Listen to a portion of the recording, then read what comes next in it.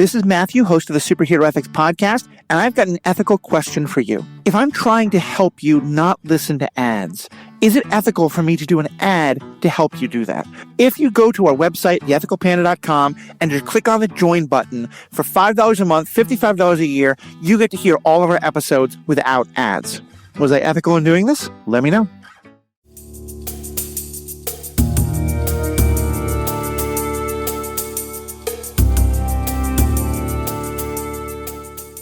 Hello and welcome to this week's episode of Superhero Ethics. Friends, you know I'm a baseball fan, and I've been watching some great stories where people talk about getting to play with their heroes, with the people who helped inspire them to be baseball players. I get to do something like that today because I never had a single thought about becoming a podcaster until I was dealing with my mother's illness, and I was driving across the country to California, and I needed someone to help keep me company. And I liked Marvel movies, so I found this thing called the Marvel Cinematic Universe podcast. And I probably listened to 100 of their episodes over a month, and it kept me company. And eventually I decided to become a podcaster myself, and I wrote into them. And now they're kind of the reason why I'm a podcaster. So whether you thank him or blame him, say hello to Matt Carroll, my guest today as we talk about Star Trek, one of the founders of the MCU podcast and the Stranded Panda Podcast Network. Matt, how are we doing today? Hey, Matthew. I'm doing well. That's way too kind of an intro. But I will self-deprecatingly spin it as you just finally listened to a podcast that made it look easy enough. That's the thing that we do. We do a very loose conversations over there that are just guys talking. So hopefully, and I truly believe, like, to me, I've said this before, and it sounds almost cynical, but for me, podcasting is like kind of performing a friendship for an audience. Not that the friendship isn't real, but you're just like putting it out there. Like, these conversations are things I've been having since I was 6. My buddy Dave, who I do the Star Trek podcast with, which we're going to be talking about Star Trek here.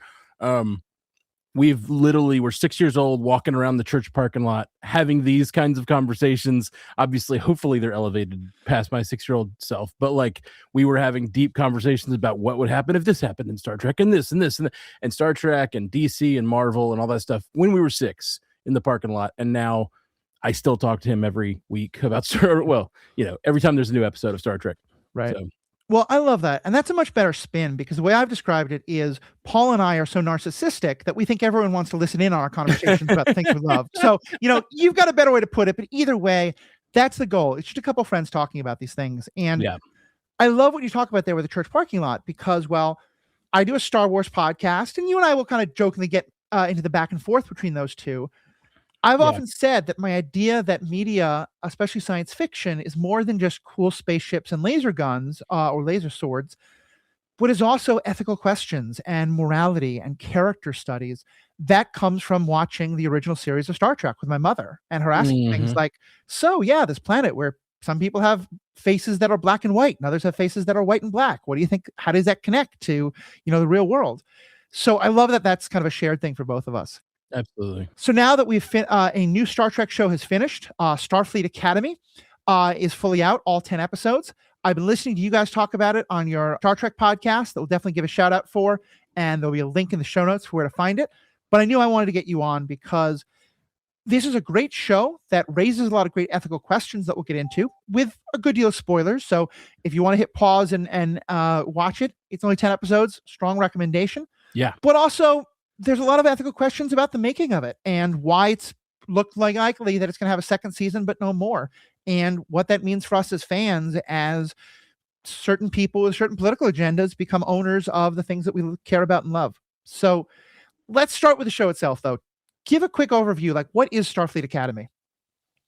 Oh, well, it is set in the distant future of Star Trek after it's sort of a spinoff of the show Discovery, but you don't got to know any of that. It's in a time where Starfleet has fallen apart because of a calamity, and they finally are able to rebuild Starfleet Academy and Starfleet itself. So it's about them putting together not just Starfleet Academy, but also rebuilding the Federation and starting to deal with worlds who had been exiled from the Federation and who were no longer friends because they had a time of, like, I forget how many years the burn was, but it was a number of years where space travel became harder, and therefore they weren't able to complete their mission like they used to. They weren't able to be the beacon of I mean, Star Trek is all about a post-scarcity world where you can get, you just have to, if you can just work out your differences, everyone can be fed and everyone can be taken care of. But basically they went through a period of scarcity, and that caused them not to be able to fulfill their mission, and now they're rebuilding the Federation, and it's about a group of students who go to Starfleet Academy, and it was a lot of fun. It sounds very Hogwartsy, and I think in many ways it is, but I think it's really good, and it has a really great emotional core about the main character, at least of the first season, right? With Tatiana Maslany as his mother, which was just a gift. Right. Yeah, and great. It starts out better than Hogwarts, because if you watch it, you're not giving money to fund anti-trans hate. But also, I get you like that. And I'm different than you. I like 90210. I like shows that are about drama. And I was kind of excited for that part. And there's a little bit, but there really isn't too much. It really is the, focusing on those questions, but also from the perspective of people who are coming at it from a new place. And my mother was, as I said, a huge The Original Series fan. And she wasn't as much a fan of TNG because it just wasn't what she knew. But she and I had some great, she would love to tell me about, like, she would explain to me the 60s by explaining the hopefulness of the original series, and that, the post-scarcity, post-religion, all these things world. And then we like talking about how that was like, that show was a good way to understand the philosophy of the late 60s. And the TNG show, and then later DS9 and Voyager, like, that's a different time, and there's different feelings people have. And we're talking about post-scarcity, but we're talking about different kinds of questions in ways that I think reflect the 90s quite a lot, late 80s and 90s. What do you think this show is doing in terms of, like, how would you say this show is reflecting the moment we're in right now in the early and mid 2020s? While we here in America haven't gone through a scarcity time, we've gone through a scarcity mindset in politics. Yeah. The adults on the show are very much like still finding that balance between who can we still help, who can we not help, how much do we have to give. There's still a little bit of scarcity going on, and I think there's a lot of that in our, and there's a main character, Captain Ake, who is very much like, we need to be for the Federation again. We need to do all the things we used to do. We need to be open-hearted and open to everyone, and as caring and as giving as we can be. And other people are kind of pushing back on that. And I think there's definitely something of that in our politics today, for sure. Yeah. And also it's just pushing forward Star Trek into a new era with all kinds of new representation, which has been great. And I'm not one that I believe representation is important, but I don't believe it is what makes a show progressive. Does that make sense? Yeah. But this show kind of does it in both ways. It really like lays out a lot of the like sort of progressive ideals of the Federation, while also including a lot of cool representation that allows us to see different kinds of people. And that's really what Star Trek is all about, I think. I mean, to seek out new life and new civilizations is a great line about space travel, but it's also about finding new types of life and accepting it as it is, accepting life, I mean, I think one of the dangers of the checkbox idea of representation, which is not, I think, what people, who are quote unquote woke or whatever are actually talking about, but it's how a lot of Hollywood often responds to it, is you get into tokenism. And one of my favorite characters in this show is, the Klingons are a fantastic people. And we've gotten a lot over the decades and decades of Star Trek over how Klingons are a warrior race. We have a Klingon character who wants to be pretty nonviolent and wants to be a nurse, and is doing a lot to challenge. And not only is that challenging us in terms of that, but like his story within his own people is about how he doesn't want to live the life that his family wants him to live. And I think, to me, that was such a great way of like challenging the idea of like the more representation is good, but also telling stories about how no one person is going to represent a group, and there are differences within groups, and it's good to challenge those things. Yeah. And very much of his story is about not being forced to live out the version of that your culture or your family or your religion or whatever has told you your life is supposed to be. You get to choose your own life and be who you are. And he has a brother who is not like him, who is a warrior, and his brother though like supports him being different. And it is really powerful episode. I mean, you mentioned Captain Ake, who is I wouldn't say is quite as much the star of the show as like William Shatner's Kirk was, Definitely but it is very much the Kirk, Picard, Sisko, Janeway. Like she is the captain, she is the chancellor of the school, and so it is our second woman in that kind of a role after Janeway. Well, and also third if you count. No, it's actually like third or fourth when you think about Discovery and other stuff like that. Gwendolyn too, from have you watched Prodigy? I haven't, no, but yeah, so great. But it's also like if you compare her to Janeway or her to Burnham, a fundamentally different kind of character. Like she is very much it's Holly Hunter playing her, and it is not Holly Hunter trying to be a non-Holly Hunter role. No, she's wonderful. And it's again, and I think I like to go back to that point you brought up about scarcity. I think is so important because one of the plot lines that gets talked about, and I my understanding is that you and I both wish it had been talked about a little bit more in the finale, and we'll get to that.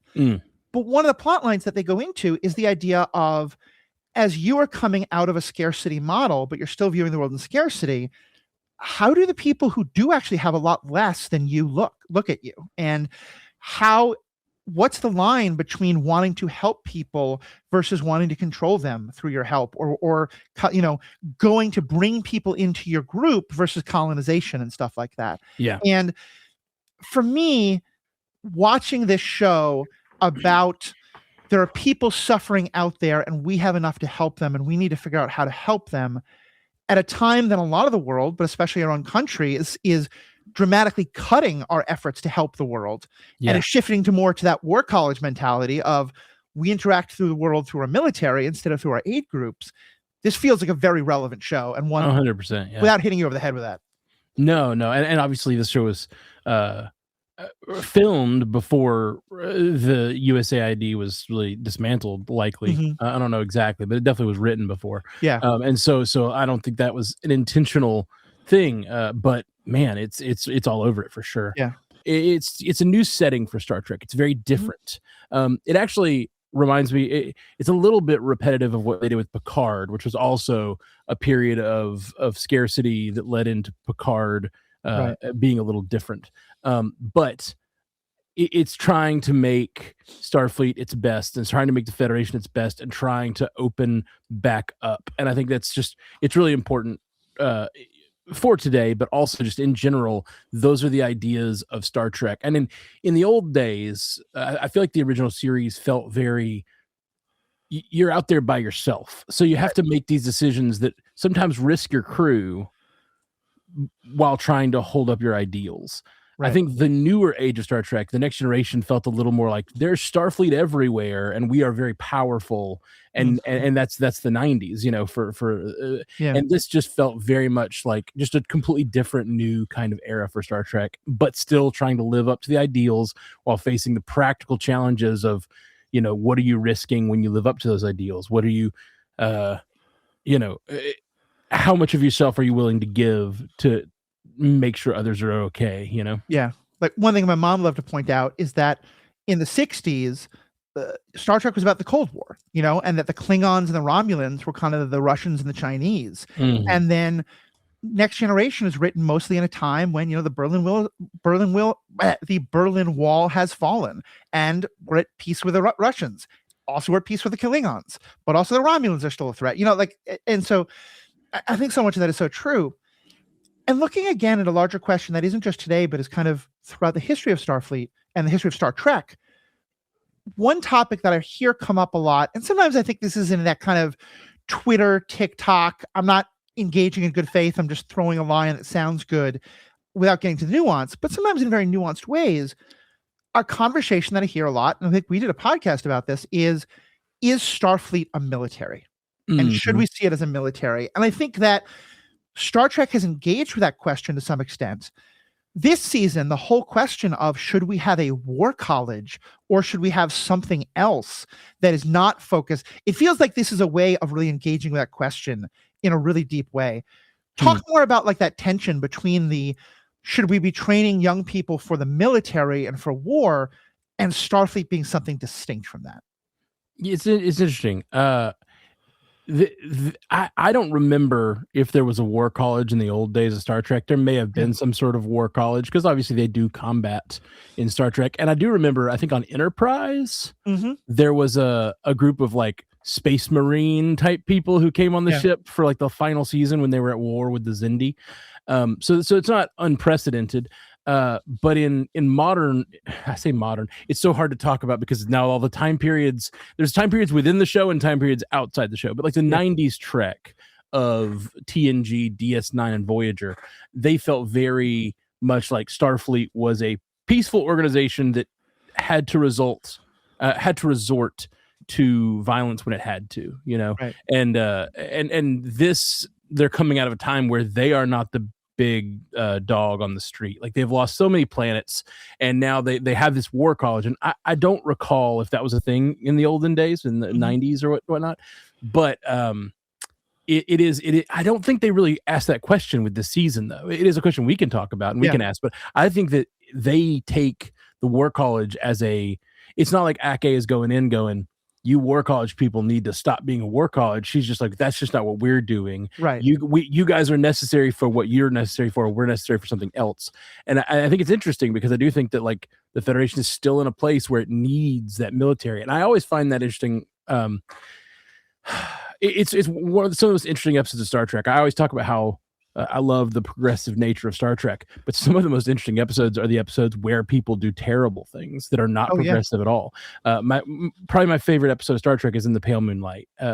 It's from DS9 where an officer does a war crime, you know, like, and chooses to do a war crime and tells you about it as the listener or as the watcher, and then deletes the log at the end. And it's so dark, and it's so like, that is your hero doing dark things, but he truly believes they have to be done at this dark time. And I think that it's interesting because after the burn, which was the calamity on Starfleet Academy, and this scarcity time, they don't think they have an option. They don't have an option not to have a war college. And I don't think anyone's questioning them. I do think that might be a thing that happens in the subsequent seasons as they become more secure. But right now, their security is at stake. Like they believe that, I mean, in this season, a group of kind of terrorists, I guess, for lack of a better term, take over or try to fence the entire Federation in and almost succeed at that. I totally agree with that. And I'll get to what I meant about the difference there, but just talking about some of the specific things you mentioned, I do agree. And I think it's always been one of the tensions at the heart of Star Trek is that it is, and part of this is within the story itself, and part of it is storytelling. You know, Star Trek, like you always like to joke that, like, you know, Star Wars is space battles and laser swords. Star Trek is, you know, gathering around tables to better understand each other, to talk to each other. My line is, I don't need my heroes and villains color coded. That's my line about Star Wars. And I think there's a lot of truth to that. But what is the thing that within the world of Star Trek that Picard is most famous for? It's a combat maneuver where he figures out something about warp speed and how where positions are. What is the single most popular Star Trek movie? It's Star Trek II, The Wrath of Khan, which is 100% a submarine movie in space. I mean, it is a war movie. And, absolutely. And part of that we can get into, that's the, like, you know, movies with spaceship battles make a lot more money than people sitting around tables. That's my complaint about Marvel Civil War. I want Tony and Cap to just keep debating what's the best way to handle these questions instead of punching it out. I think what you're getting at is an interesting tension that I haven't really wrestled with on a podcast. So let's wrestle. And it's the idea that, like, I think all geekdom has this at its core. 100%. Almost every geek property that I can think of is inherently very progressive at the core of its, like, I'm sure some people will point out some that are not, but at the core of its, like, philosophy. Yeah.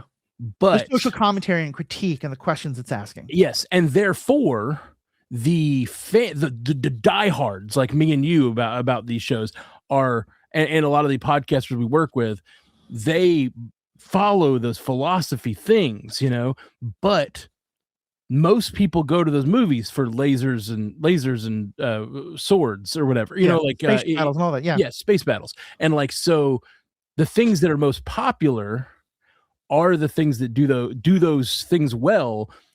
But the people that are most driven and the deepest fans, and it's almost like this, I don't know, it's an interesting dynamic between like what makes something popular versus what makes someone truly love a thing. Like what makes a geek fall in love and go deeper and deeper. And I think it is that philosophy. You want your fandom should be a thing that you can dive into and really truly learn about yourself and your life and your own philosophy and like question things. I believe that about fandoms. But like a lot of people are, when you want people to go to a movie like Deadpool and Wolverine, you want a lot of people that don't care about what Deadpool and Wolverine have to say. They're there for the fights and the laughs. You know what I mean? Like that's a very interesting tension. Yeah.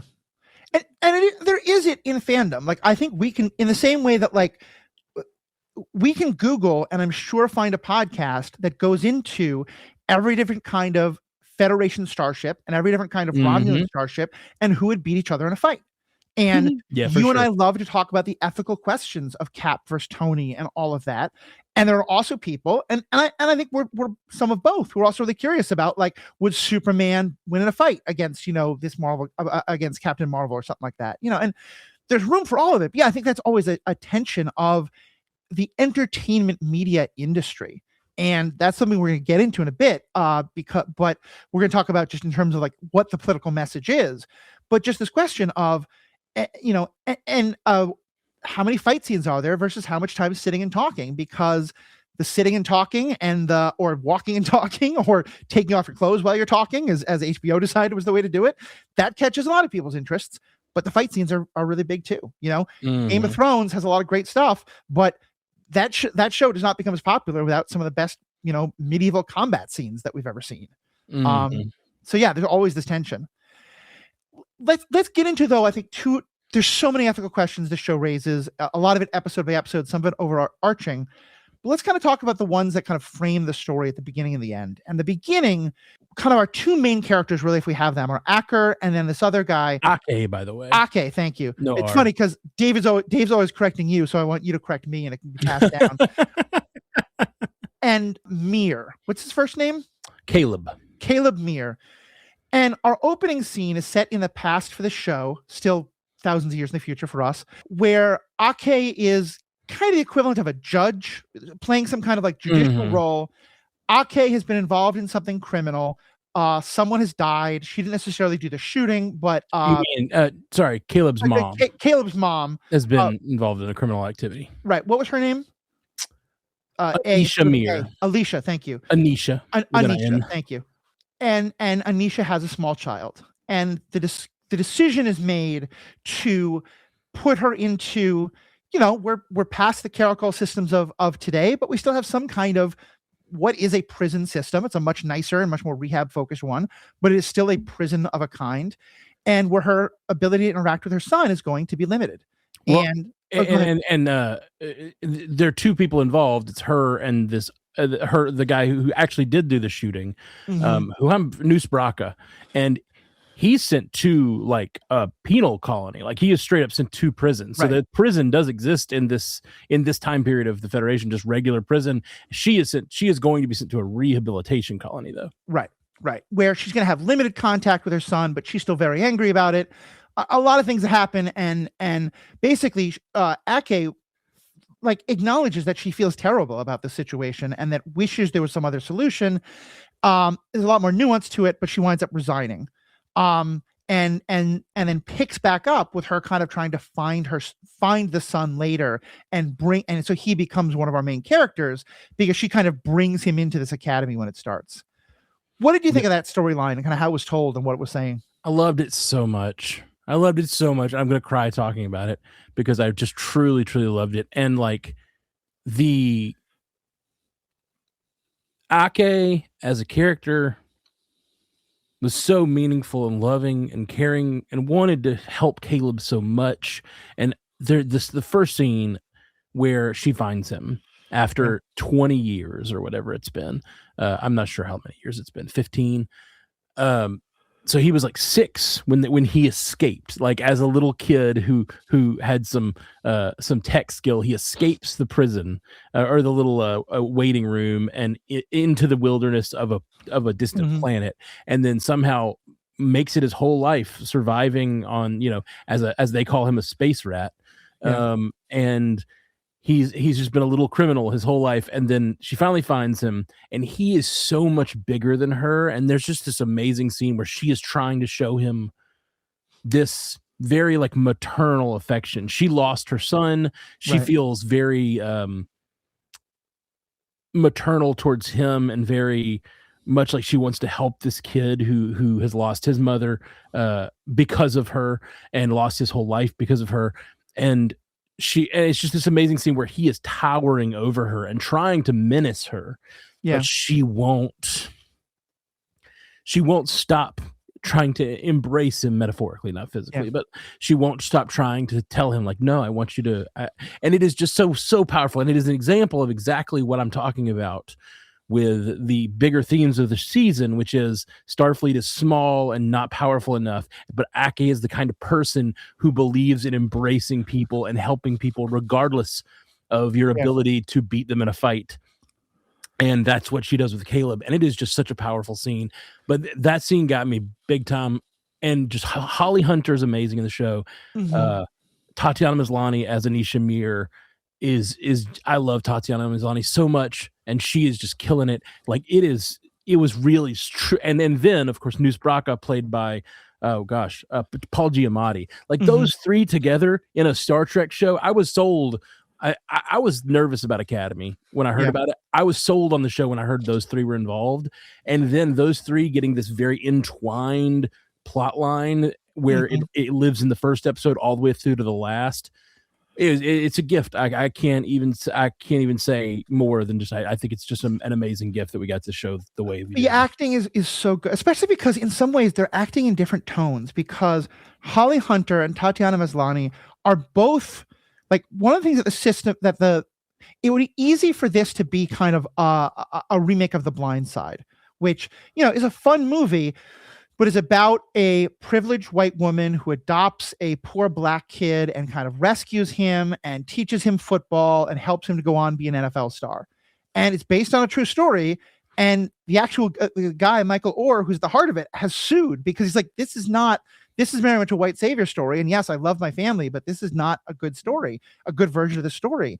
And it would be easy for this to become that, but it's not, because part of what the story starts with is that, yes, Ake is probably making the best of a number of bad possible choices, but they're all bad choices. And part of that is because Tatiana, the other two characters have made some bad choices themselves, but also it's still a clerical prison system, and that's not good, and there are problems with it. And also the dynamic between Ake and Mir, the way that it plays out, like everything you just said is true. She loves him. She wants to take care of him, but she's also projecting her feelings about her dead son on him. 100%. And she is, and like all of the kind of privilege issues that something like The Blind Side doesn't talk about, this wrestles with. And he pushes back in some ways on like that he's not her son, and that he's not her second chance, and that he has to get to do his own thing, including wanting to go for his actual mother, who's not her. And the way the story was willing to deal with all of that complexity and sort of like name it as like, this is a bad situation and no one is totally right, and one person's mostly wrong, and that's kind of what I meant about the tone, because like Holly Hunter and Tatiana Maslany are caught in this awful courtroom drama in that first episode, and Paul Giamatti is just chewing every piece of scenery he can find, having the time of his life like he literally has a mustache to twirl, as you guys pointed out in most recent podcast. But they make it fit together, and just the way the story is told, it is so heartbreaking, and it makes you care about the characters in a way that is so like about this, and it's not hitting you over the head, but also like you can't help but think about my sister is interested in looking into my sister's looking into foster care. And a lot of kids in foster care, it's because their parents have gotten into the prison industrial complex. And I think, and so she has a lot of feelings about like wanting to help take care of these kids, but also not wanting to be part of a system that's taking kids away from their parents when that isn't have to be the option. And I couldn't help but think about all that as I'm watching this. Yeah. Dang. Yeah, it's a really well told story, and I feel like you were talking about, with the exception of Noose Braca, who is very mustache twirly, both physically and metaphorically.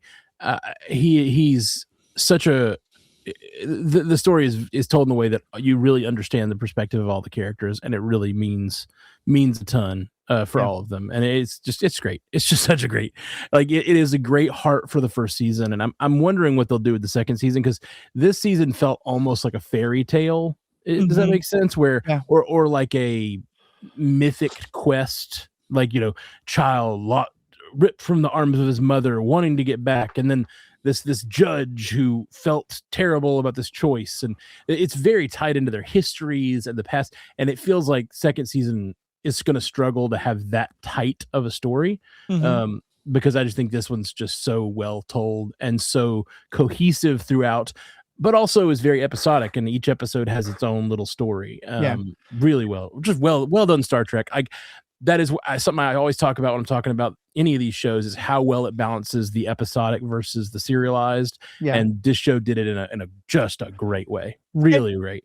And while that's the main story, it's kind of like if you think about like Buffy or other shows like that, where there's like a villain of the week, but also the overarching story. It's not necessarily a villain of the week, but there's a plot of the week, and a lot of the other characters get developed. There's an incredible story about photonic life and families that particularly if you're a fan of Voyager, there was one, like, there's so many callbacks. If you're a big Star Trek fan, in Voyager, the Doctor goes through some harrowing experiences that then kind of get forgotten about. And there's a beautiful callback to that in this. A number of things like that. And, some of them are better than others. As I think you pointed out, there's one storyline that is really, really powerful girl is also kind of vulnerable and has to be controlled in order to not hurt others. That's, kind of the parts of the Dark Phoenix story that I've heard a bunch of times, and I'm not a huge fan of. She's Jean Grey for sure. But so much of it is so well told. And I'm torn because I kind of want to dive into the ethical questions at the end of the episode. I'm not getting into too many spoilers because it is so good. But let me kind of raise it, because I think you and I had a similar perspectives, and I want to hear more from you about this. This question of who do we blame becomes a really important one. And even Paul Giamatti's character, and yes, I'm saying that because I can't remember his name. Noose Braca. Noose Braca. Thank you, Braca. He has a real chip on his shoulder against the Federation. And yes, there's this whole thing at the end that's kind of that we kind of wants to put the Federation on trial. And in some ways, it's a great callback to Q putting the Federation and the Earth on trial at the beginning of TNG that I loved. And I think, like you, the solution winds up being that the Federation is fine and that he's misguided. Talk a bit more about that, because I heard you talk in your own podcast about how I kind of had to feel like I wanted the Federation to be a little more on trial. I agree with you. I think it's hard for me to talk about this without talking about another recent episode of Star Trek from Strange New Worlds, where they do this documentary about the Federation, and the entire the episode is shot as a documentary, and they have a documentary filmmaker who we've seen on the ship throughout the season, and he is making a movie about the Federation, and he makes a movie about it being a military, something you brought up earlier, and how this isn't a peaceful organization, and he brings up the weapons, and he shows all the stuff, and shows all these questionable decisions that the captains made, and prioritizing military actions over humanitarian efforts and things like that. And so it's this really intense documentary, and then the third act is him realizing it's his sister. It works on the ship. She's one of the officers, and he realizes in the third act that his real problem with the Federation is they took his sister away, and he feels, hurt that his sister left him for the Federation.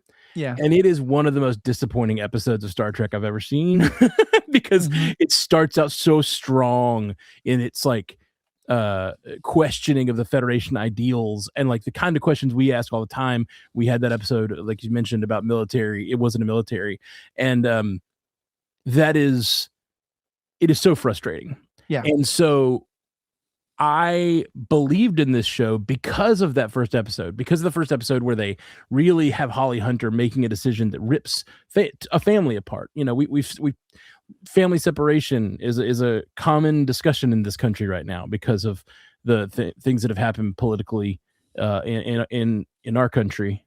And like, it was a really heartrending thing, and it's showing that this beloved, wonderful main character resigns from the Federation because of it. So I really thought when they got to the trial, it was going to be fully in on the questions, you know, go for it, just really go for it. And they did a much better job, in my opinion, than that episode. Mm-hmm. But they still hinged the ending of the episode on the fact that Noose Braca, after much discussion, they realized Noose Braca, his main origin story about hating the Federation was flawed. Yeah. And it just kind of undercuts it in a way that, like, I wish they had the conversation, and he decides to put the Federation on trial, and as a avatar for the Federation, he uses Ake, and as an avatar of those hurt by the Federation, he uses Anisha, and he has Anisha and Ake have a conversation in front of everyone about what she'd done to her. Right. And it is spectacular. It is wonderful. I love it so much. And Ake doesn't they don't hold back about the Federation and what they've done, but they also don't hold back about the fact that Anisha was partially responsible for the death of this crewman, you know, right. and it is revealed in that conversation that Ake actually knew the crewman and was like friends with him, and that's a whole different emotion. So they do a lot of really cool things where, like, it is morally gray and complicated and interesting, and you see the Federation's dark side as well as their light side. But the Noose Braca of it all just turns out that he's mad because they didn't help his family more when they didn't when they had scarce resources. His family wasn't the most in trouble, so they triaged and chose other planets to help instead of his mining colony. And then in response, his father, angry at the Federation, just tried to strike at the Federation. And in his memory, because his father tried to strike at the Federation destroyed his colony. In actuality, through conversation, they realized, because he says they lit up the fire with fire red or whatever. They lit up our colony with in red fire. And then she basically ends up bringing up that the thing that they mined was actually burned red, and Federation weapons burn blue and green. And so it's not. So Star Trek is a little color coded. Yeah, it is a little bit color coded. For sure.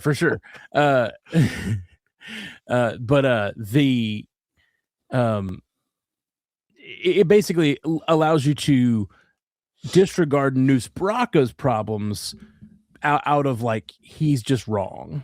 And again, it's a personal problem that he has misremembered and held on to since childhood. And it reminds me a lot of that problem with the documentary episode. But the Anisha and Ake stuff is really strong, and I think does a much better job. And also it's this whole story is kind of capped off by Caleb showing up and saying what he thinks of everything. Right. And I found that a little bit weak. It wasn't perfect, but it was still very, like, it was nice because basically you've got these two women arguing about him and the effects that they've had on his life. Right. And both in some ways speaking for him. Exactly. And for him speaking. And I had a lot of similar frustrations. I wanted it to be, because I think there's something worth saying about your desire to help and your desire to do a good thing doesn't mean that all your results are good, and doesn't mean you're excused from the harm you cause by trying to help. And I think they do wrestle with that to some extent with the Ake, with the story specifically about Caleb. And I wanted more of that in terms of the Federation itself, and some acknowledgement of, maybe that there is some legitimacy to his grievances. Yeah. When I watched it again, though, and also listening to you guys somewhat, I had a somewhat different take on it, which is that I think he is meant, and again, maybe it's in part because it's a little bit too on the nose of a political commentary, and we wanted something broader. There are an awful lot of people who are today very mad about things that are simply factually wrong. 100%. And where other people are lying to them and are telling them your scarcity, your suffering is due to this thing, and that is simply factually incorrect. 100%. And so I think there's a way in which you can, I think when I see him as that metaphor and that, but I wish there'd been, because I think, and again, I think this is a problem of people on the left a lot, like, not to get too directly political, but like, I think we can recognize that there are people who are blaming their scarcity on the wrong things and be dismissive of that without acknowledging that there still is scarcity that's causing the anger in the first place. And we should have some sympathy and empathy for that. And that's where I wish there'd been a little, and I think there was some of it, but like part of what she says is, look, you had a mining colony, so you were better than others at least. Yeah. And you had something. There were a lot of colonies that had nothing, and we were helping those people. There's a line that breaks my heart. She said, some colonies, all they needed was body bags. And it's like, whoa, fuck. Yeah. That hit so hard. And I wish it had been more of a, like, there is a level of like, I wish we could have helped you, but I wish they'd been more engaging with that. Like, what did the Federation do wrong here? But I think that's also how, it's really complicated. It's really nuanced. And people with legitimate grievances sometimes do really terrible things with those grievances or blame them on the wrong people. Yeah. And all of that's in the story. I completely agree with you. And I definitely saw that parallel. Mm-hmm. And the thing that I did love, and I mentioned this on our cast, the thing that I did love about the turn of them realizing that Noose Braca's wrong, that his dad's own weapon ignited the atmosphere, not the Federation attacking, is it was this really beautiful thing where Ake used sort of this platonic device where she's asking questions of the people around her to get them to answer, and they answer, and she uses science. And like, that is a thing that like is all about Star Trek. Like, that is Star Trek, like finding truth and evidence and using science to actually base your things on fact. And so while I do think there's a little bit that undercuts the argument and doesn't let you fully explore the problems of the Federation, the actual resolution of that storyline where Noose Braca's wrong, and I'm going to tell you using science, which is incredibly important to the Federation, and that is beautiful. I love it when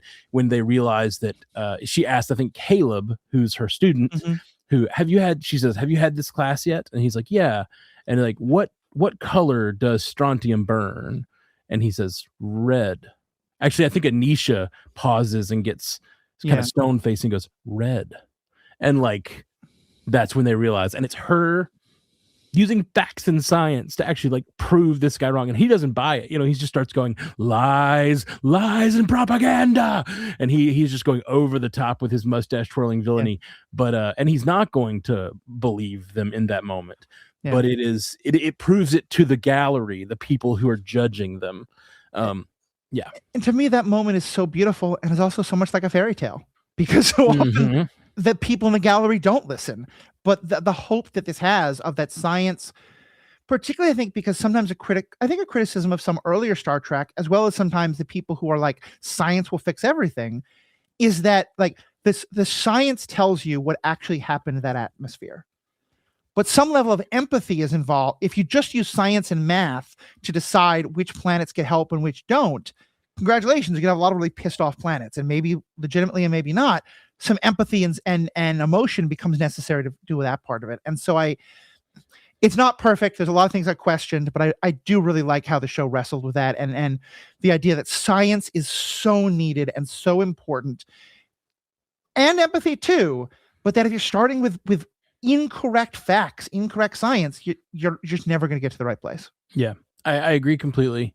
And maybe this, when you say you want to put the Federation on trial, like, I want to see the Federation on trial. And so the thing that I do have the issue with, the very small issue, because like I said, it's way better treated than in that documentary episode from Strange New Worlds. But it is the fact that, like, I think the entirety of what they really question about the Federation in reality in this episode, in the final episode, is that Anisha got her son taken away. Like that's pretty much the only thing that stands. All the other stuff is kind of explained away or very conveniently like answered by Ake. Not necessarily conveniently, but honestly, she says, like you said, there were other planets that had nothing, and she says leadership is not for the faint of heart. And she kind of says that directly to Noose Braca. Like sometimes when you are in that situation, you have to make the hard calls, and you're not ready for that because he's trying to take over and be in charge in that quadrant. Oh, I do love it. I do love it. Even with that little slight quibble, I think you're totally right about who he represents and what the way she answers him with science. It blows me away. I love it so much. And I think like an overall critique I would have is that it paints with a broad brush when it's trying to make a big point. Like there's an episode that I think has some down points and some up points, but makes a fantastic point about how theater and the arts can be an essential part of therapy and can be an essential part of healing after trauma. Yeah. There are some parts of it, though, where I kind of wish it had been in conjunction with actual therapy. And it kind of railroads the idea that totally. But anyway, there's so much more I want to get into, and I'm sure we'll have you on for more discussions about this. But the other side of this is at least we can be safe because the people who are giving the money to the show and are getting money from the show, they're just letting the artists and the writers and the actors do whatever they want. And there's no agenda there whatsoever. So we don't have to worry about that, right? Yep. No agenda. No billionaires involved in this one. We recently learned that Starfleet Academy is not going to have a second season. Is going to have a second season, but no more beyond that. Talk about what's going on here. And I think we're going to do a full episode on the role of money in these things that get to decide what messages come out and don't. But we're getting to a worse place than we've been in before. So talk about what's happening. 100%. Our landscape of art and media in general is becoming owned by billionaires in a way that is really scary, really scary. I mean, right now it is like Warner Brothers, Paramount, which includes CNN. Warner Brothers includes CNN. One of them includes CNN. Yeah. And then you've got TikTok. I think all three of those have been bought by the same family of billionaires who is buddy with Donald Trump. Yeah. And I will get directly political and just say this is a scary thing. This is Donald Trump is Noose Braca. He has no connection with reality. His hatred of various groups and his inspiration of hatred of various groups is based in falsehood. Everything he says is falsehood. It's not. This is not a new take. And if you're out there and you're a new Trump supporter, I'm sorry you've been duped the way you have. But like, I think I have less Trump supporters listening to my podcast. That's quite a high number. Well, you never know. Yeah. But you've been duped. This guy's a liar. He lies about everything. He is just constantly telling you a thing that will get you to follow him and believe him. And this idea that all politicians lie or whatever, sure, they lie in degrees, but he's a different animal. He's lying about everything, and he's building a complete false reality. Not him by himself, the entire conservative media sphere, which is the problem. That is what we're talking about here. All these things have been bought up at the same time by this first year of Trump's presidency, and he is putting his thumb on the scale, and that is authoritarianism, just 100%. Netflix was going to buy Warner Brothers. They had already made a deal, and the Netflix CEO went to Trump's office to talk to the White House about whether they were going to approve his merger, and then that afternoon they dropped out, as so that the Ellisons could buy it. And to be very clear about the Ellisons, because there are people who own television studios and media companies, and they allow things that don't fit their views because they just care about making money. These are the exact same people, because it's Paramount, it's CBS, who took Stephen Colbert off the air. Which is why I love that Colbert is a little bit on this show. But that's another thing. It's great. The people who tried to take Jimmy Fallon off, not Jimmy Fallon. Jimmy Kimmel, thank you, off the air. They have a proven record of interfering with the media. And granted, those are more news type things, entertainment, but more real world. But this show was actively targeted. Elon Musk was tweeting about how bad and how woke this show was before the show came out. before to the be show clear. came out. Yeah. Just based on images we'd seen of the show and things like that. And they were mad there was a fat person on the show, which she isn't that fat. It's just mad that there was someone that was slightly overweight on the show. They were mad about obviously a gay or bisexual Klingon, a Klingon deciding not to be a warrior, like all of that stuff. They jumped on all of that before the show came out, or even after the first episode, and did not watch the show. And it pisses me off because I've had one Star Trek fan write in that said they didn't like the show on our show, and they were writing in response to the fact that I said every other fan I've talked to loved this show, but every right-wing douchebag who's just trying to make a point on the internet talked about how much they hated the show.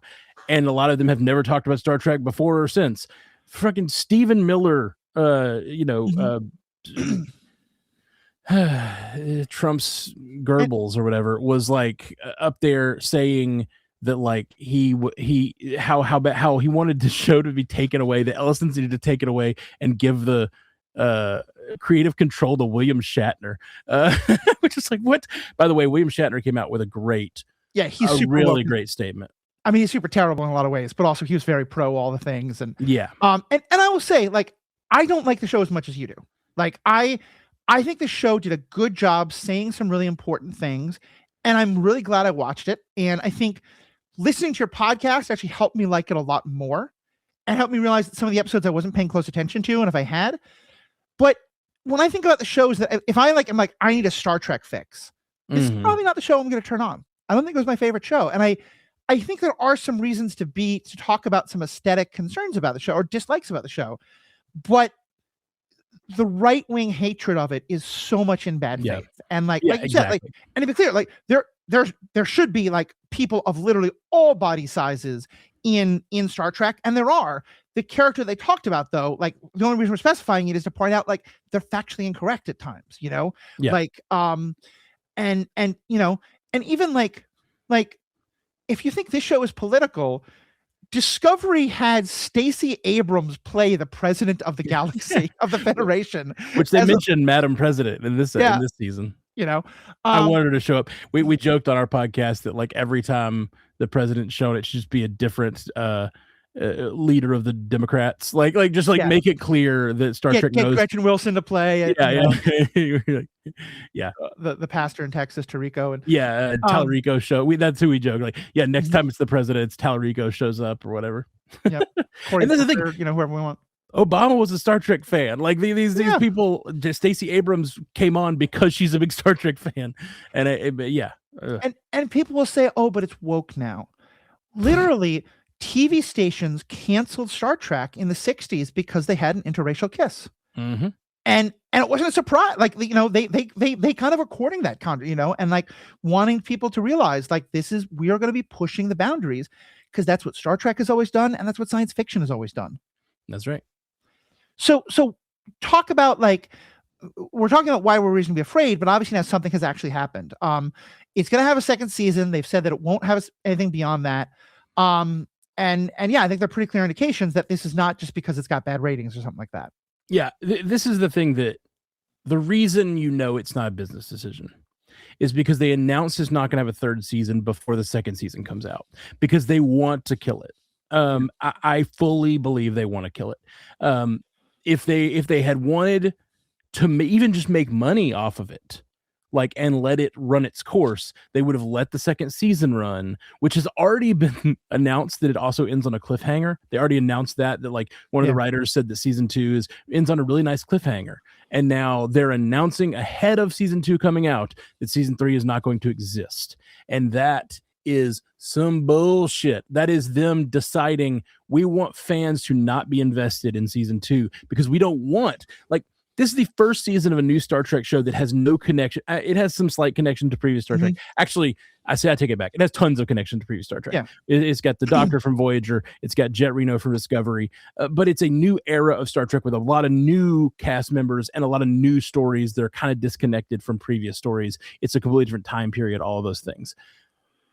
But so it's going to take it a season or two to get its footing, and for them to cancel it and announce its cancellation before they even see what the season 2, like a lot of people might catch this over the next couple months as people are talking about it. This is when the show could get popular, is when people like me and you are on here talking about what we like about it. Your listeners might go, well, I heard it was bad. I was at my in-laws' house and they were like, oh yeah, I've heard that show's really bad. They've never watched an episode of Star Trek in their life. They just heard from the right-wing sphere that it's a bad show, and like they didn't even internalize it as like right-wing propaganda. They just heard it was bad, and it's like the people who like it have to get the word out, and then people, and they've already filmed a season 2, they've already freaking made the show, so they are just shooting themselves in the foot financially to kill the show. And that is directed, that is targeting, and there's kind of two connections here. First of all, it's like, Star Wars fans are like, well, welcome to the party, because the exact same people use the exact same tactics about Acolyte, because, oh my God, it's lesbian space witches and all this kind of stuff. And Acolyte's a fantastic show. It has a lot of problems, but it has some really great parts, and it had a great story, and it ended on cliffhangers, and it has a lot more it could say. Yeah. The other thing, though, is that, and I'm thinking about this because literally an hour ago, I recorded a podcast about baseball. And I'm not sure if this one's going to come out first or second. I'll decide which order they come out, but they're going to come out back to back. And in that one, we talked about how the owner of the Oakland Athletics intentionally tanked the team and let the stadium fall apart and didn't get good baseball players, so that it was a miserable experience. So people stopped going. And so he could then say to Major League Baseball, I can't support a team in Oakland. Let me move to Las Vegas. And it's the exact same thing that's happening here. And I think people should absolutely watch this show. I absolutely hope they don't change the cliffhanger, leave it on a cliffhanger so that we're demanding more. With some shows, they're able to kind of, pack up their stakes and say, well, if you won't, Orville was able to move to a different network. Star Trek is such a bigger property that's been associated with Paramount for literally, 80 years or 70 years, that I think it's going to be a lot harder for that to happen. But I do think that if people put a lot of pressure on them to like, look, people watch this, people want it. Either it's going to put pressure to like, hey, just prove that the whole idea of go woke, go broke isn't true. Cause again, facts matter, but also like if people are making stupid business decisions because they're politics, guess what? They're a publicly owned company. Like shareholders care about that. So there definitely is, watch the show because it's a good show. Watch the show because it'll ask hard questions, but also watch the show because it's a small way of sticking it to the right and their attempts to control the media that you get to watch. Like, let's make it clear that this is not okay, because we're going to get a lot more right-wing media if it goes the way it's going. And there have been various moments of Star Trek and various moments that were we talked about it earlier, how a lot of the best movies, or the at least most beloved, are like basically just war movies. And it's not like you can't have a progressive war movie. The idea is you have these moments where Khan and Kirk are going against each other, and it's about, it's a lot of what we talked about earlier. It's Kirk wrestling with the fact that he made mistakes, and his past coming back to haunt him, and all those things that are actual like real questions a person would ask, but also like their questions about who you bring into your tent, who do you take care of, who do you abandon, and making it's hard to even say it's progressive because it's not exactly. It's just that it's about ethical questions, which is what this show is all about. And like, I think just asking those ethical questions and showing the different sides of the ethical question, looking at it from all the different angles, is a lot of what's important and gets people engaged, and I think moves people towards progressivism. So there's a possibility that like we will get an era of Star Trek that isn't. It's not like, I don't think they're going to make right-wing Star Trek. It would be just destroyed. Like no fans would want to watch it. But like, I won't say no. There are very right-wing Star Trek fans, but they will probably enter an era of politic neutral Star Trek. Yeah, the J.J. Abrams films, I think, were fairly politically neutral. A lot more about 100%, characters and pretty women in their underwear and space battles and stuff like that. Yeah, for sure. He was more of a Star Wars fan. Yeah. Yeah, I mean, he did those movies as an audition to be able to make Phantom Menace. Yeah, 100%. I mean, not Phantom Menace. Force Awakens. I wanted to get there before you, just to like really get in your craw. And I think that like I read a lot of books about Black politics and Black history of resistance and rebellion and reactions to racism within the Black community. And there are books that I wish a lot of my friends would read that they're never going to read. But they're going to watch Luke Cage and they're going to watch Black Panther. And those movies did a hell of a lot to educate people about questions that white people probably hadn't really thought about, internal issues and how like different ways of reacting to racism and things like that. And they also had incredible fight scenes and incredible, effects. And that's entertaining. And I got no problem with that. And the starship battles in New Trek are better. Like, I have no argument saying that, like, TNG, they didn't have anywhere near as many space battles, in part because they did want to focus on the philosophy, in part because they didn't have the budget or the tech. And they definitely look better. There's something, I don't know why I keep wanting to bring it up. And I wanted to bring it up when we talked about Caleb showing up at the thing. Something I've been thinking a lot about, and I've brought it up on multiple podcasts. So please excuse me if you're a Stranded Panda fan and you've heard me say this a bunch of times. Something that's really important to me about like a battle is I wish I was, there's got to be a term for it. It's in a book, and I can't remember which script writing book it's in, but they talk about resolving all three levels of stakes at one time. You know what I'm talking about?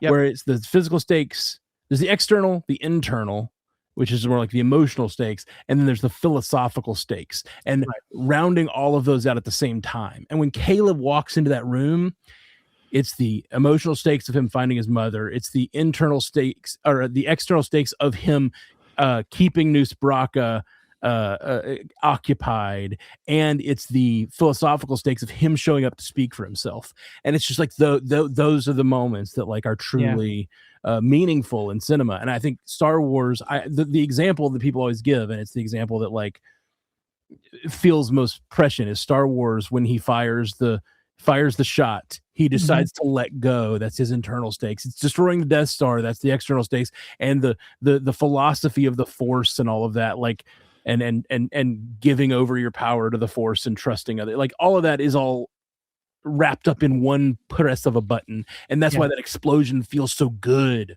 And so like those space battles are great. And I think that what's weird is oftentimes when you go back in old Trek, and even though the space battles are whatever, less technologically interesting, less zip, sometimes they're more powerful because they get those stakes right. The three stakes align, and you hit that button, whatever that button is. You hit that button, you pull that lever, you jump off the thing, whatever your version of that is, and all the stakes align in a way that make you go, oh, catharsis. Like, I feel completely fulfilled by this story. Yeah.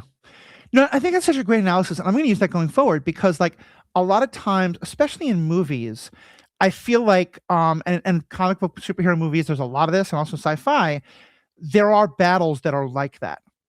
And then there are fights where it's like partway through our journey, our hero has to beat up some nameless minions of the bad guy just to remind you that they have cool superpowers and don't get too bored, and like those just don't land the same way. They make me bored every time. Now there's a lot of shows and that can still make those smaller battles. They don't have to have the eventual stakes of the entire thing, the entire story, of course, because that has to be resolved at the end. But like they have enough of the stakes in there that you feel them. I used to think of stakes when I think about stakes. I used to always just think about, oh, well, you have to feel at risk in this battle. You know what I mean? But that's not it. You have to feel that something is being resolved by this battle, whether it's internal, external, or philosophical. And when it's its best, when it's at its real, true catharsis, is when it all hits at once. I love that. I think kind of one of the most famous battle scenes now for comic book movie lovers is the hallway scene from the first season of Daredevil on Netflix. 1000%. And put aside anything else, it is cinematography, in terms of cinematography, in terms of being one shot, and like how many actors have to perfectly coordinate when they're doing things and how much of that happens. It is a masterpiece of technical filmmaking, TV making. But also, it has the external stakes of, it's not rescuing a city, it's rescuing a single child, but like a literal child has been taken prisoner, kidnapped, and is in mortal danger. That's high stakes. Mm-hmm. It is the internal stakes of Matt battling against, because one of the things that makes it so powerful is the number of times where he slumps against a wall in pain and exhaustion, and then yet another bad guy comes out, and you just see that he is fighting the physical battle, but he's also fighting the mental battle, where so much of his just body and mind is saying enough already.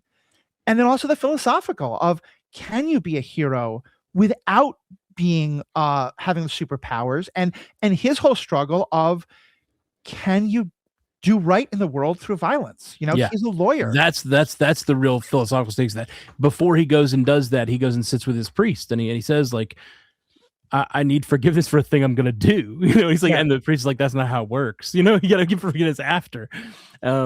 And he's like, I'm gonna go do a thing that I don't think is right.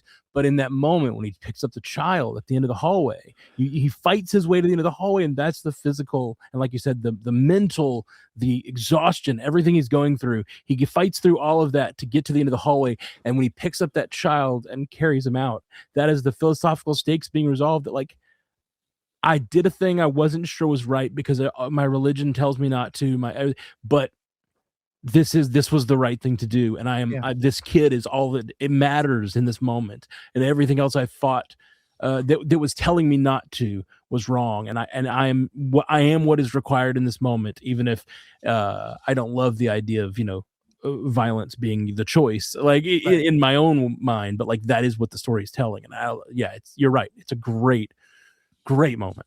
Yeah, definitely. Well, I think we've kind of gone off on a great tangent, but on a pretty far tangent from where we started about the problem with billionaires. So it may be time to wrap up the episode. The billionaires. Hopefully it won't be so bad. Hopefully we'll get an era of Star Trek that still asks the questions. It may not. And in some ways, not answering the questions for you is not always a bad thing. I think there are times in Star Trek where they are a little too chicken shit to say the answer to the question, and in retrospect it looks bad, and we may feel that way, where like, come on guys, just say, like, they're wrong. It's okay to just like but I do generally like when our enemies aren't color coded, and we get even if they are wrong, they're explored fully and understood better. And either way, the power of Star Trek is going to continue. I think there is absolutely true value of doing things under the name Star Trek and having Klingons and Romulans and the new races and all this stuff and this timeline. I also will stand by the idea, and you and I did a great podcast on it, that one of the best Star Trek shows ever made is Orville. Yeah. Because it is 100% a love letter to Star Trek. And because it is unconstrained by some of the things, it was very critical of the Prime Directive and some other stuff. It also had a lot of sophomore humor that some people love. It was not my favorite, but it took the Star Trek idea and clearly wrote we're going to be critical of you in a loving way, not in a like, oh, you're bad, but in a like, I am in love with you and I want to help you be better. And I absolutely think that the people who wrote this and who wrote some of the other newer shows are aware of Orville and have seen some of it, and if not all of it, and are aware of some of that, because I don't think the Prime Directive got mentioned once in this show, did it? That's a good question. I'm trying to think if they may have not had I don't think they encountered a world that wasn't already warp capable. Because they were in the center of the Federation or whatever. Yeah, and I mean, part of the story is that no one was work capable for a while. So in some ways, it's not relevant. But I do think that's a conscious choice by the writers of, we're going to create a situation where that's not the question we're asking anymore, because maybe that wasn't always the best question to ask. Yeah. By the way, I do have to mention, do you, something you may not be aware of. Do you know they're making another season of the Orville? No, really? Okay. Yes. I didn't know. I was listening to him on an interview the other day, and it was mostly about Ted, and he did an offhanded comment about how they're working on, they're finishing up the production on season 4 of the Orville, and I was like, what? I thought for sure that show was gone. Like, it's been a few years, and I thought like it's gone. It is apparently coming out in late 26 or 27. Oh, it's amazing. That's so exciting, and it's a show he loves, and that makes me excited to see more of it. Love that show. Yeah, it's so good. Matt and I did a number of episodes of it together. I had a very strong emotional reaction in one episode. Matt switched to another host for a while, but I still had Matt back on. I'd love to get on your podcast, or my cast. We'll figure something out. But and clearly, like, that I think is the closest direct thing. But like, you look at a movie like oh God, what's the name of it? I can't remember now. The beautiful, beautiful send up of that's really a love letter Star Trek fans. Galaxy Quest? Galaxy Quest. Like, that's clearly a Star Trek love letter. There's a lot of things like that out there. So yeah, for sure. The Ellisons will try, but the further listen, if the Ellisons take Star Trek from us and make it into some bastardized version, let's all just switch over and watch the Orville. Yeah. The funny thing is, I think the third season they got way more away from the sophomoric humor, and it still was humorous, of course, but like it started to be much more just like directly, this is Star Trek. Yeah, Seth has talked about this, that like he never wanted it to be that, but people were like, "You're Seth MacFarlane. People know you for that." Yeah, you're the Family Guy guy. You got to do this. Even halfway through the first season, it starts to really taper off a lot. And there's great moments of sophomoric humor that are funny, but then like they're always mixed. The first season is wonderful and full of complex, great ethical situations that like are everything I want from Star Trek.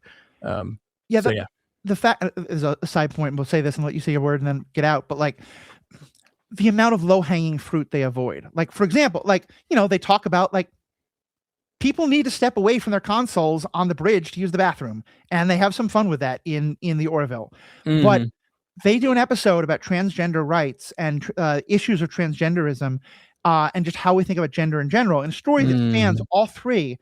There is so much low hanging fruit for sophomoric humor that they never go near. Yeah. They just, it's a fantastic show. I think it's one of the best Star Trek shows out there. We'll keep having you on that. So thanks, man. Matt, speaking of, I know we got to wrap up, but they did for, I think the first time, I'm not sure, they mentioned going to the bathroom on Starfleet Academy. Did they? Okay. They did. There's a band called Ookla the Mock in like the 90s. They were like a Star Trek parody band type thing. Yeah. They have a whole song Where Are the Bathrooms on the Enterprise? Because you never see a bathroom. They talk about sonic showers, but they never talk about the bathroom because it's just kind of gauche, I guess. Yeah. But in this Genesis takes the con and she sits down and says, I have to pee. It's yay! Somebody said they had to pee on Star Trek, and it was a great moment because it's all about the build up to her doing this thing, and it's fantastic. And anyway, sorry. There's now one thing I was going to say about that. We're so bad. This is why that's okay. But it's your thing to edit. It's fine with me. I don't care. Matt normally is the one who has to edit. All right, so that's the transition we'll talk about. I heard you talk about that Genesis moment on your podcast. Tell us about your Star Trek podcast and your other podcasts and where people can find you.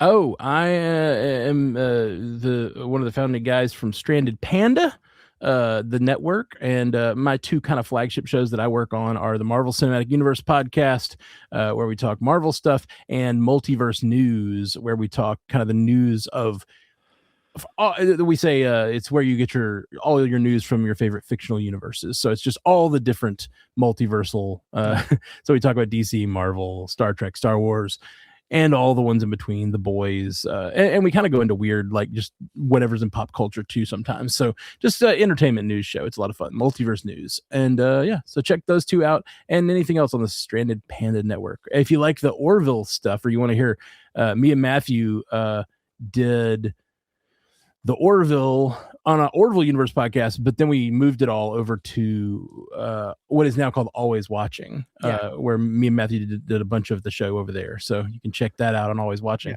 Yeah. And Matthew's been a guest on all of our things a bunch of times. So yeah, check us out. It's a great network. I am the ethical panda because I started on Stranded Panda Island. I swam away at one point, but I still stayed a good friend. I kept my passport for frequent travel. And, Yeah, there's just so much good things happening. Like every time I want a new Marvel show is coming out, I'm famously not a comic book writer. I'm famously not a comic book reader, but you guys always have primer episodes that go into everything about like the comics that you guys people need to know. You do great analysis of stuff. Sometimes where I want to, like, I watched it and so now I really want to talk about it with people. Other times where someone's like, oh, you need to watch season 3 of this. And I'm like, but I don't want to watch seasons 1 and 2. I just listened to your coverage of season 1 and 2 and it gets me up there. And it's fantastic. And you have so many different people on the network who bring so much different perspectives. And one of the best ones, you actually reminded me of this because you talked about her on a recent episode of Starfleet, the Star Trek Universe podcast. Ashley Coffin is one of your regular co-hosts, has such great perspectives. She's a professional hairstylist, among other things. And she does such good analysis on like the wigs and the hair and what you can learn about that. And it's just a fantastic set of voice to bring, as well as she and I would always often do thirst cast when we were talking about like the different characters who were attractive and things like that. When I was on those shows. Great stuff. Check out all of that. And I did remember the thing I was going to say before is not only did we have the first bathroom mention on Academy, we also had, I think this has started on some of the other new Trek shows, but there was a lot of it here, a lot of cursing. And that's just because TV has changed. Oh, yeah. It's different.